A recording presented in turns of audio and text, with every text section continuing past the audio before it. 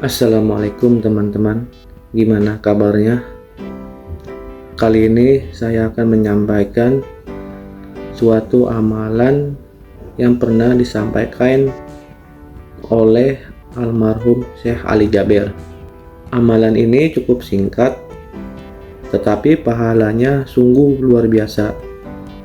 Rasulullah Shallallahu Alaihi Wasallam bersabda, barang siapa yang mengucapkan Alhamdulillah saja 100 kali, Alhamdulillah saja 100 kali, sebelum terbit matahari di pagi hari dan sebelum tenggelam matahari di sore hari, pahalanya apa? Seperti orang bersedekah 100 kuda perang fisabilillah.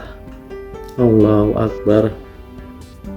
Saya menghitung Alhamdulillah saja 100 kali, nggak sampai 3 menit. Siapa yang mampu bersedekah kuda perang fisabilillah? Tidak ada yang mampu.